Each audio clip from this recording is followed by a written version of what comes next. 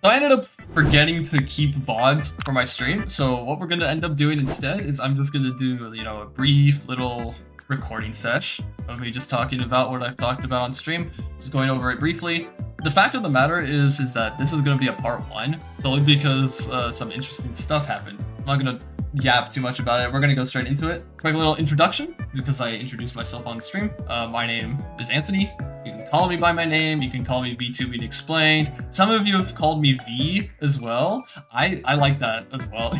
I find that pretty nice. You can call me whatever. I do not mind either way. A little bit about me. I'm currently a college student. I'm double majoring in IT and cybersecurity. And I'm currently participating in an undergraduate research that revolves around cybercriminology, which basically studies the overall behavior of the cyber criminals rather than the actual crimes themselves. So the main reason I'm just telling you guys about this stuff, like I said on my stream, I want to kind of establish a better connection with you guys. Again, I'm just some college kid who just does this channel as a hobby, and I want you guys to see that I'm a person, I guess you could say. Moving on to talk about the context of the whole thing.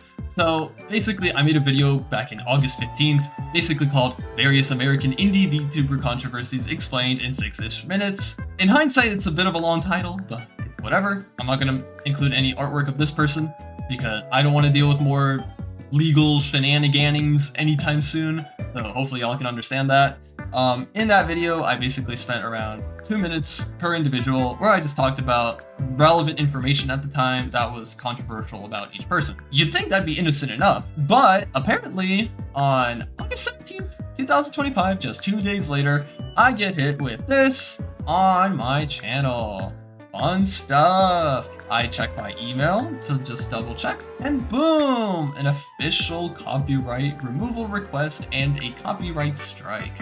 So let's actually talk about the strike itself. So regarding the strike, rather than being, concerned or worried about the whole thing, I kind of expected it to happen given the nature of the individual's previous controversies. I was more impressed at the fact that it took them 2 days to take down the video because, at the time I had almost half of what I currently have in terms of subscribers. So I didn't expect, the individual to kind of find my video this early at the time, but whatever, it happens, I guess. So when that happened, I made a small little post about it. You guys were super supportive about it.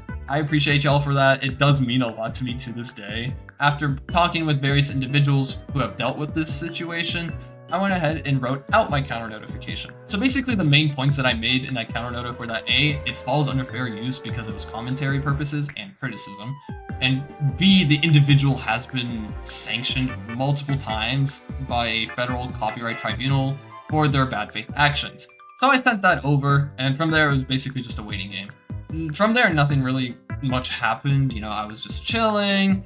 I uploaded stuff as usual.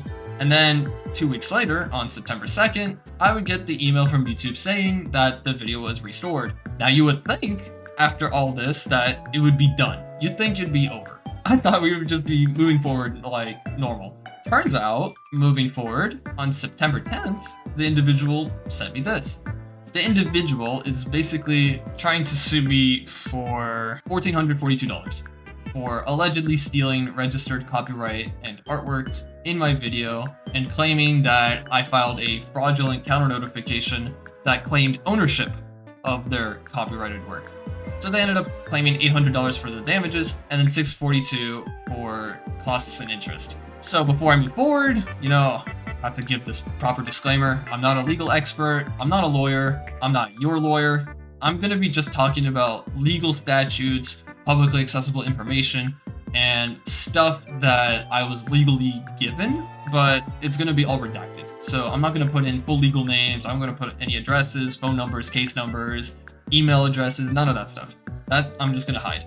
So let's talk about the thingy itself. As previously mentioned, they are sanctioned and they have been barred from this copyright claims board, and they are banned until February 6, 2026. With that ban in mind, they decided instead to file through my local courts instead, to kind of just try and get me into court without it being immediately dismissed if they were to do it through the copyright claims board. So if we look at some of the stuff that this individual provided as evidence, they brought up the registration application for the actual copyrighted work.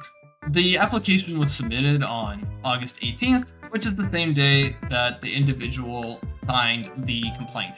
So when I looked at what they have registered, I only found 2 registered works. It is a group of unpublished works. It's like two YouTube videos and an quote-unquote expose video. Those are the only 2 that they have. There's no other registered works as of right now.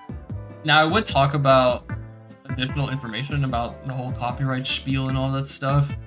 However, given that this is ongoing still, I don't want to lay out my cards yet.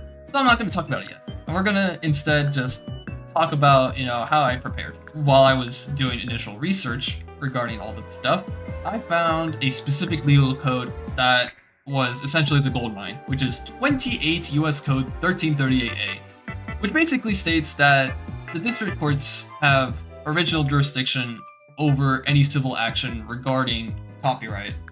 And it also states that no state court shall have jurisdiction over any claim for relief regarding any act relating to copyrights. So basically, it's saying that you can only do it through a federally recognized court or tribunal, which in this case, it's either the District Court of Ohio or the Copyright Claims Board, which is recognized as a federal tribunal.